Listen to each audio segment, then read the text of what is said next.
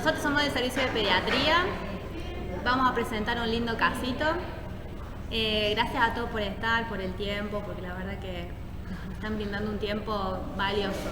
Así que bueno, vamos a tratar de ser simples, concisos, pero que nos llevemos un buen mensaje de esto, y es muy lindo el caso. La verdad que es un caso que tuvimos en plena pandemia y la pandemia no fue fácil para nadie. Y para pediatría, si bien fue la parte respiratoria mucho más tranquila, tuvimos otras patologías que no se podían sostener porque todo era COVID. No había forma de que derives algo, pero todo era COVID. Si vos lo derivabas con ese diagnóstico, conseguías cama, si no, no. Entonces para nosotros también fue una experiencia muy difícil también, ¿no? Más allá de no solamente fue de adultos. Yo soy la doctora Murgiondo, estoy a cargo del servicio de pediatría. Estoy acá acompañada por la doctora Tania Cabeza, médica de guardia de los días miércoles. Con ella tuvimos la oportunidad de ver y compartir, ¿no?, este caso entre todos de otros colegas, y bueno, lo hemos traído para mostrarle las cosas que podemos hacer. Bueno, vamos a empezar. Este caso empezó, es un paciente de 6 años que nos derivan de la falda. Como diagnóstico principal fue abdomen agudo. Obviamente no hacemos cirugía acá en el hospital, pero recibimos todo lo que es de la periferia, de cualquier otro nosocomio, que supuestamente creen que tenemos todo acá y nada que ver, porque cirugía acá no se hace en pediatría. Bueno, lo recibimos, evaluamos, vemos a ver de qué se trataba, y bueno, este paciente sin antecedentes particulares previos, estuvo previamente un día internado en el hospital de la falda. El nene consulta básicamente por vómitos incoercibles, dolor abdominal, mal estado general y un exantema generalizado. Ahí, le hacen laboratorio, glóbulos 12 semiblancos, una fórmula más bien neutrofílica, una eritro alta. No era un laboratorio puramente patológico que diga, no sé, tiene una superinfección abdominal. Era un laboratorio que en realidad no decía nada, y además una piuria leve. Entonces allá lo tomaron como una infección urinaria, queda internado, le hacen test de COVID, mamá, papá, los dos negativos. Trae también con ellos una radiografía de tórax que no tenía nada, signos de alguna patología pulmonar, y una ecografía abdominal que nos presentaba como que había una colecistitis. Así nos derivan el paciente. Ingresa por la guardia. Este nene, un desarrollo acorde, vacunas completas, tenía en ese momento dos vacunas de COVID, y había tenido como un antecedente para tenerlo en cuenta de 2 semanas previas de una neumonía atípica, y había tenido un episodio de broncoespasmo, pero no tendría relación con la patología que estaba ahora en curso, ¿no? Lo reciben por la guardia, signos vitales totalmente normales. El nene con una apariencia totalmente normohidratado, pero con labios agrietados. El rash sí lo continuaba teniendo, generalizado, de predominio miembro superior e inferior, algo pruriginoso, nada más. Respiratorio en la parte pulmonar sin nada.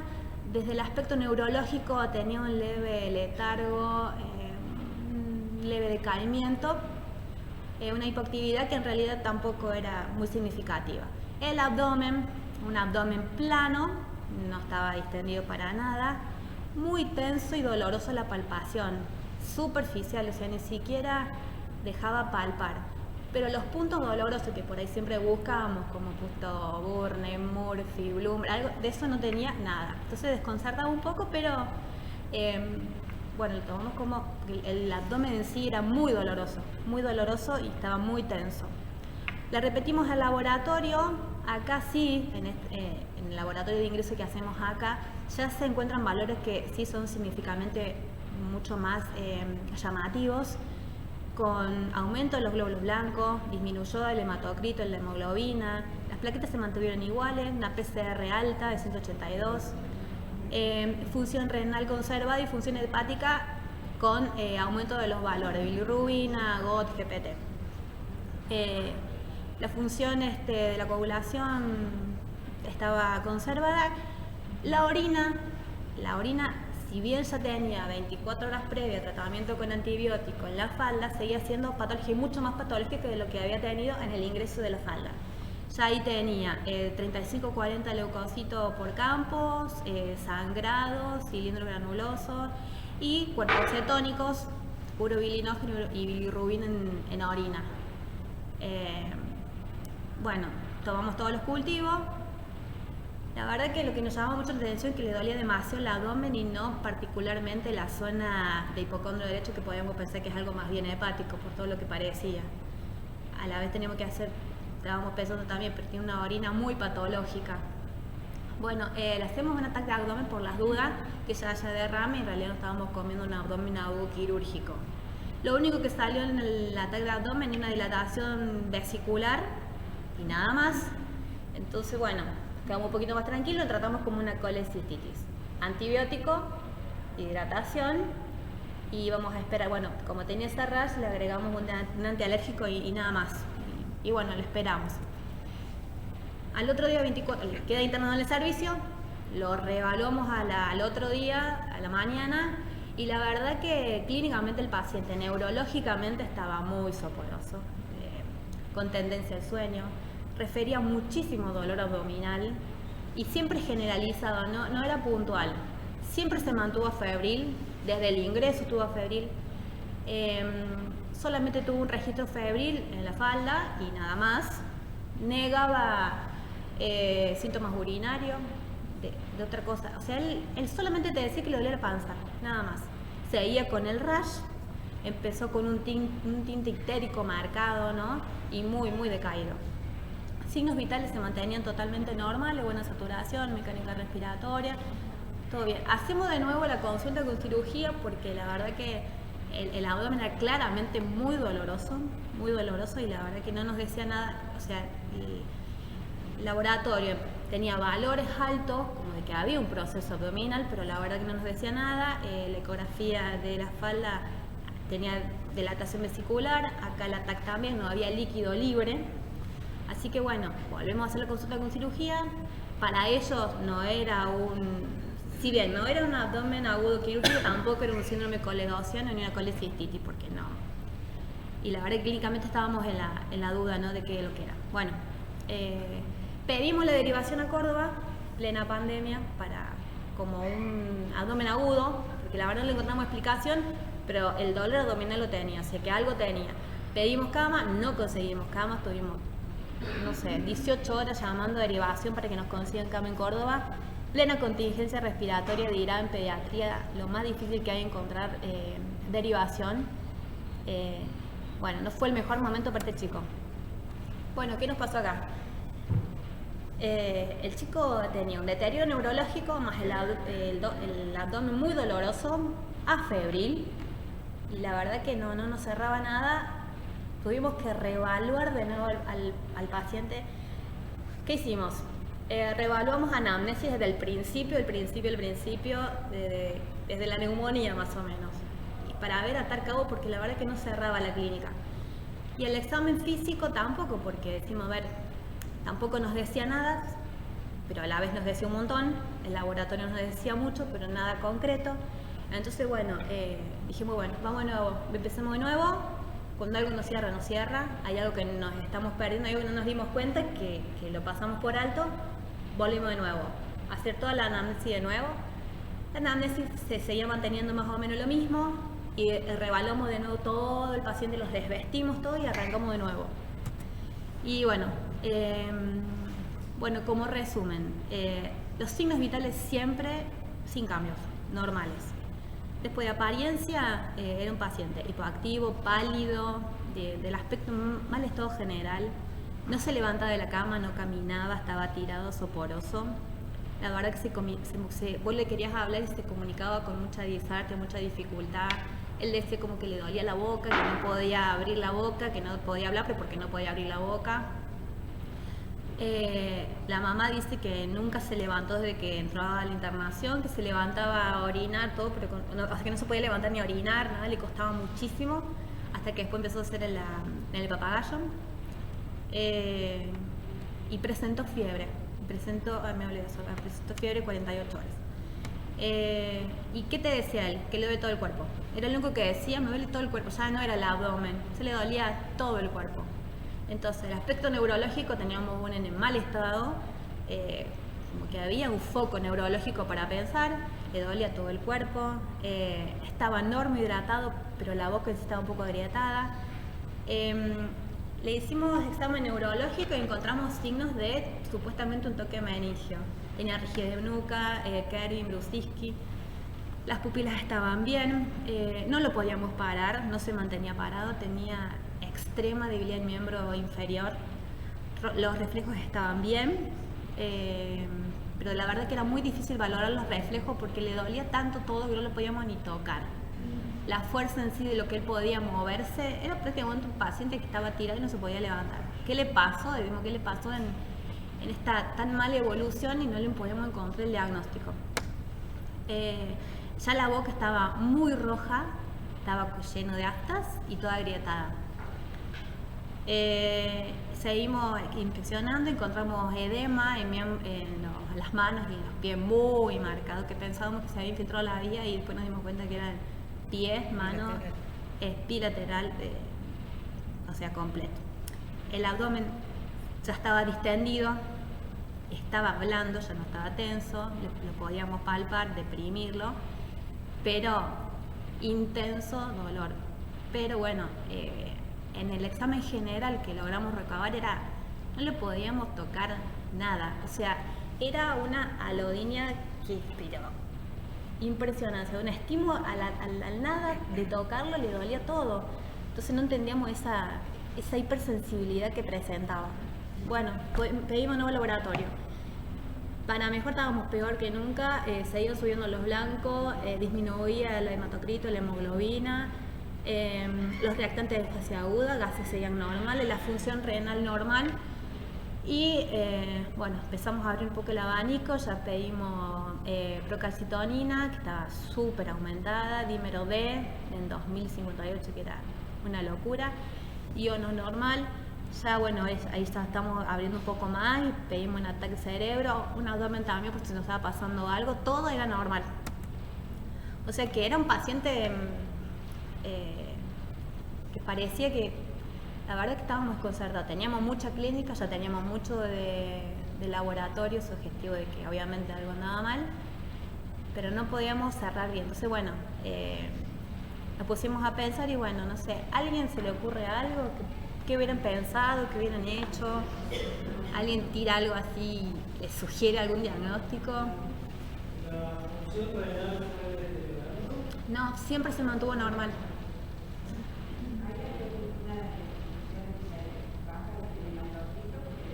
Sí. Empezó a bajar y aumentaba los glóbulos blancos de forma abismal, ¿no? En horas. O sea, pasamos de 11.000 a 32.000. ¿Y la fórmula? Sí, desviada a la izquierda.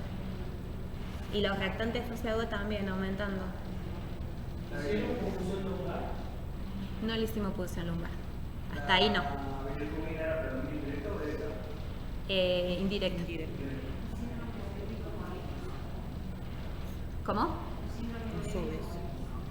No parece, pero la función estaba conservada, la diuresis estaba conservada, las tensiones. No. Eso no. Nosotros en el servicio lo teníamos medicado con el antibiótico, sí, por la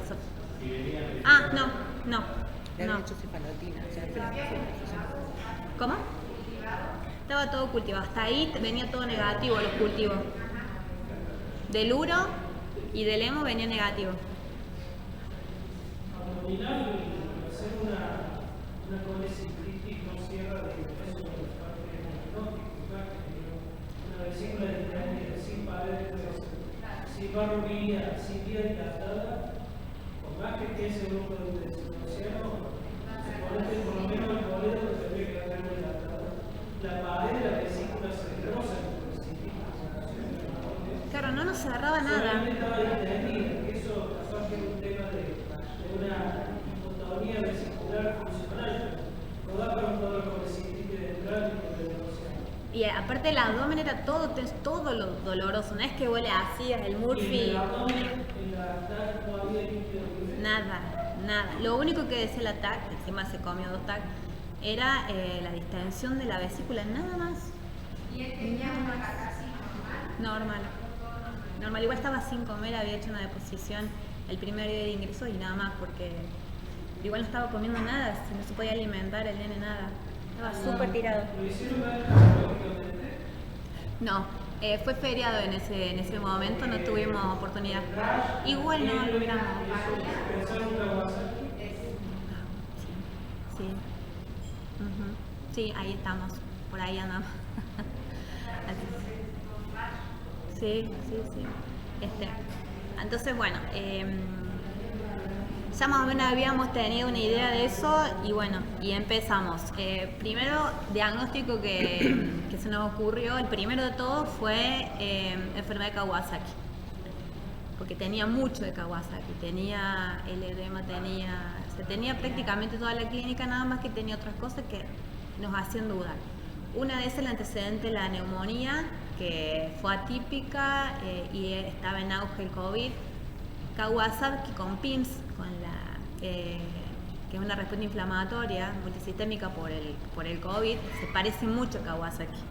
Entonces estamos entre eso, una sepsis, porque la verdad que los valores de laboratorio eran altísimos, bien sugestivos de sepsis.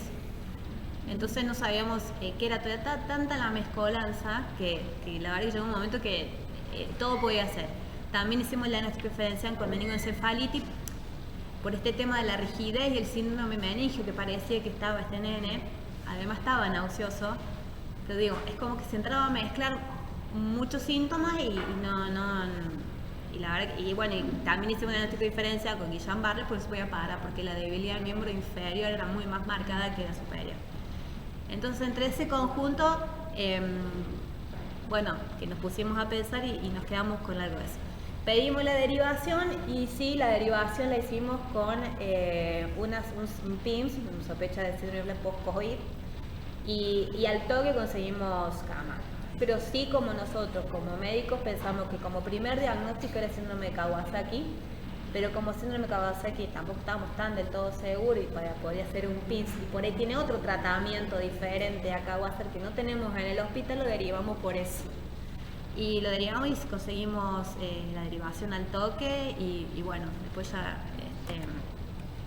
cuando recabamos información que se fue al hospital de niños, para ellos también fue bastante difícil diferenciarlo, porque ya la doctora va a hablar del síndrome inflamatorio post-COVID con Kawasaki. Pero bueno, en conclusión, sí, terminó siendo una enfermedad de Kawasaki, atípica, ¿no? Porque faltaban varias cosas y a la vez tenía cosas, pero no completaba el síndrome en sí, los criterios.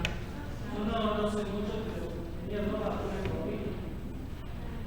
Se desarrolla el PIN, Sí, ya lo investigamos, sí se puede, lo mismo, o sea, no. Y tampoco, los padres sí habían tenido COVID, aparentemente el nene no, entonces, bueno, fue difícil hasta, nos llevó un tiempo, pero bueno,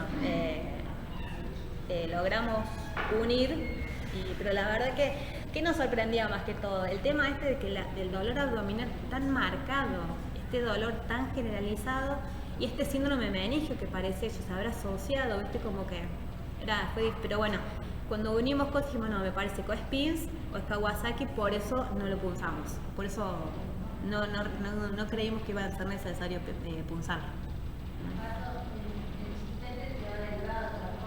Sí, se fue a Córdoba, al hospital de niños. No tuvo secuelas, no, tuvo muy buena evolución, igual requirió todo el tratamiento de Kawasaki completo, que ya lo va a hablar la doctora, y sí, tuvo como 20 días internado, le costó salir de ese proceso inflamatorio tan marcado que presentó. Así que bueno, lo voy a dejar con Tania que les habla un poquito de la enfermedad de Kawasaki, breve, cortito, como para los que no conocen mucho, lo tengan presente de que existe, ¿no? Bien. La enfermedad de Kawasaki es una vasculitis sistémica aguda, generalizada y autolimitada que afecta a vasos de pequeño y mediano calibre. Sería la segunda vasculitis más frecuente en la infancia, es de etiología desconocida y afecta casi exclusivamente a lactantes y niños pequeños. En el 77% de los casos afecta a niños menores de 5 años y tiene una media entre niños de 18 meses a 24 meses. Predomina en el sexo masculino y se da más frecuentemente a fines de invierno y comienzos de primavera. En Argentina se encuentra una incidencia de 4 casos por cada 100.000 consultas y es la causa más común de enfermedad cardíaca adquirida. Cuando no reciben tratamiento, el 25% de los casos de estos niños presentan alguna patología cardíaca como los aneurismas coronarios. Para diagnosticar la enfermedad de Kawasaki hay que tener en cuenta 3 aspectos fundamentales. La fiebre, que es el síntoma guión, que es la más importante, digamos, que siempre tiene que estar presente, y después hay criterios mayores y menores. En cuanto a la fiebre, como les decía, siempre tiene que estar presente. La fiebre es una fiebre alta de 39, 40, siempre está presente desde el primer día y ni bien comienza la fiebre, uno tiene que tomar como el primer día de enfermedad. Si se recibe tratamiento, la fiebre se resuelve en 48 horas, pero si no tiene tratamiento, hay un promedio de más o menos 11 días puede durar la fiebre. Y a esto este niño no tenía, estuvo muy aislado. Claro, por eso también nos llamaba un poco la atención, porque tenía fiebre, después se le iba, no es que era constante. ¿Cómo? No, porque cuando decidimos que lo íbamos a derivar por Kawasaki, que fue el otro día que lo vimos, lo derivamos ya así y lo hicieron todo allá. Pero tenemos acá, nos han facilitado de farmacia sí la gamma globulina, después tuvimos sí un Kawasaki muy típico y lo empezamos a tratar con gamma que son dosis altas, pero bueno, acá Cari nos ha provisto y logramos, la verdad que en realidad el servicio ha crecido un montón y a partir de ahora ya podemos tratar un Kawasaki en el servicio, porque contamos con esto, con el apoyo de farmacia que nos trae la medicación y también las interconsultas que hacemos en Córdoba con la gente de remoto que nos mantiene en alerta por cualquier cosa. Y después sí el seguimiento es allá en Córdoba. Bien, en cuanto a los criterios mayores son 5 y son la afectación ocular que está presente en el 90-95% de los casos, generalmente aparece entre el segundo y tercer día, que es una hiperemia conjuntival bilateral sin secreciones, es como si fuera una conjuntivitis seca, se resuelve sola. Luego viene la afectación de labios y la cavidad bucal, que en cuanto a los labios están eritematosos, edematosos, se resquebrajean, pueden sangrar, y en cuanto a la lengua, es una lengua frambuesada que se llama porque las papilas gustativas están prominentes y bien eritematosas. En cuanto al exantema, es un exantema inespecífico, generalmente es polimorfo, uno de los más frecuentes es el máculo papular, que está en abdomen, tronco, en ambos miembros inferiores y superiores. También se da espontáneamente, es muy pruriginoso. Cambios en extremidades, hay edemas en ambos manos y pies, es bilateral, y hay un eritema palmar y plantar que también es bilateral y también es muy doloroso. Luego está el último criterio mayor, es una adenopatía cervical que es unilateral, generalmente es mayor de 1,5 centímetros y no siempre está presente. En cuanto a los criterios menores, esto puede o no estar presente, pero generalmente sí están. Hay irritabilidad, que como siempre, casi siempre está presente, uretritis, artritis, puede haber diarrea, dolor abdominal, una meningitis aséptica, pancreatitis, síndromes convulsivos, ictericias, eritema peri-BCG, de la vacuna BCG, hidrops vesicular, ¿qué es esto de la dilatación? Claro, que es la dilatación de la vesícula, uveitis anterior, déficit de pares craneales y puede haber gangrena de dedos de manos y pies. Luego puede haber manifestaciones cardiovasculares, una taquicardia sinusal que no se corresponde con la fiebre, miocarditis, insuficiencia mitral en un 25% de los casos, una pericarditis, los aneurismas coronarios, shock cardiogénico que se puede dar en un 5% y también puede observarse infarto agudo de miocardio, pero no es con muy poquita frecuencia. Los hallazgos usuales del laboratorio: hay una leucocitosis con neutrofilia, generalmente hay más de 15.000 blancos, una elevación de reactantes de fase aguda, tanto la eritrosedimentación como la PCR están elevadas, hay una anemia progresiva, una hiperplaquetosis que aparece a partir del 11º día desde el comienzo de la fiebre y puede llegar a un promedio hasta 700.000 plaquetas, una hipoalbuminemia progresiva y una elevación discreta de transaminasas y bilirrubina y piuria estéril. Es otro también de los hallazgos. Es todo lo que tenía este paciente, ¿no? Claro. Entonces, de acuerdo a estos criterios, la fiebre y los criterios mayores y menores, podemos clasificar a la enfermedad de Kawasaki en típica, incompleta y atípica. La enfermedad de Kawasaki típica es que tiene que haber fiebre de 5 días o más y 4 o más de los criterios mayores. La enfermedad de Kawasaki incompleta, que es también fiebre de 5 días o más y puede haber menos de 4 criterios mayores.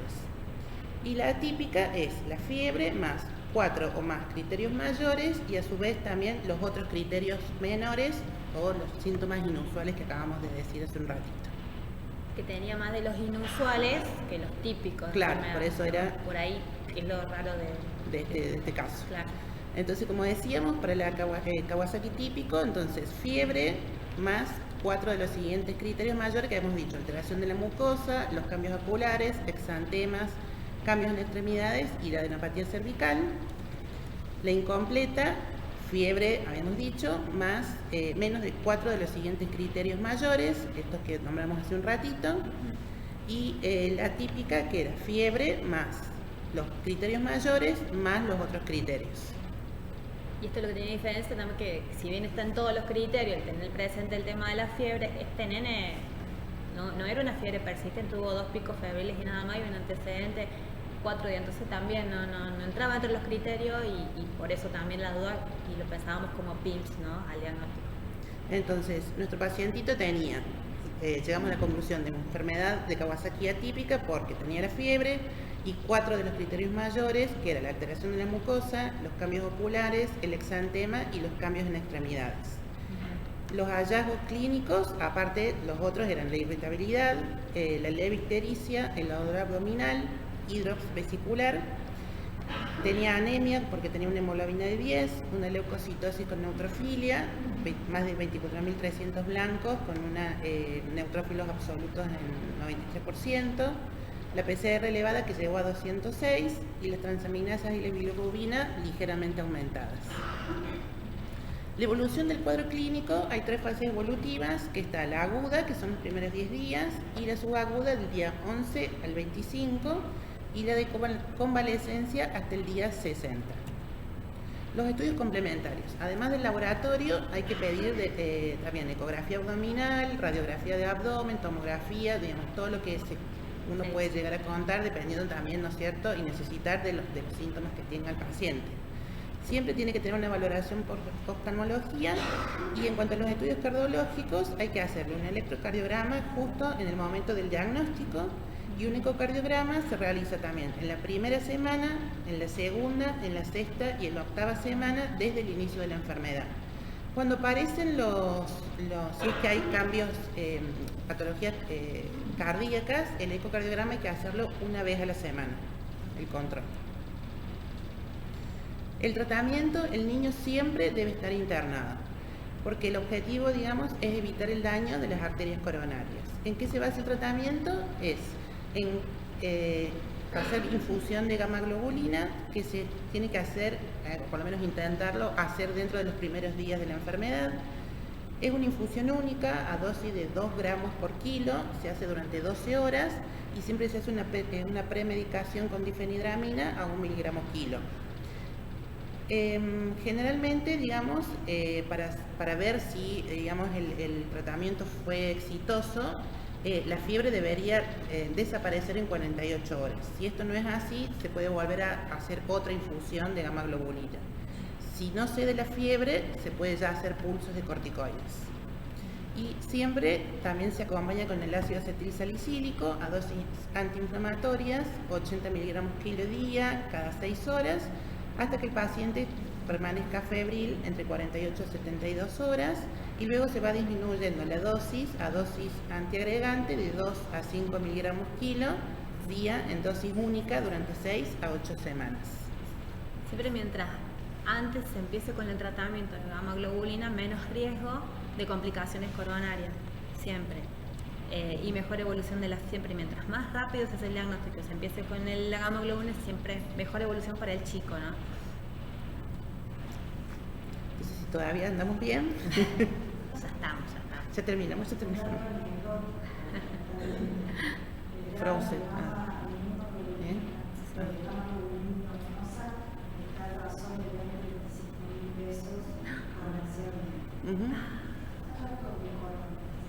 Claro, Sí, siempre, y ahora con el dólar, hermoso. y a 2 gramos por kilo es muchísimo. Lo que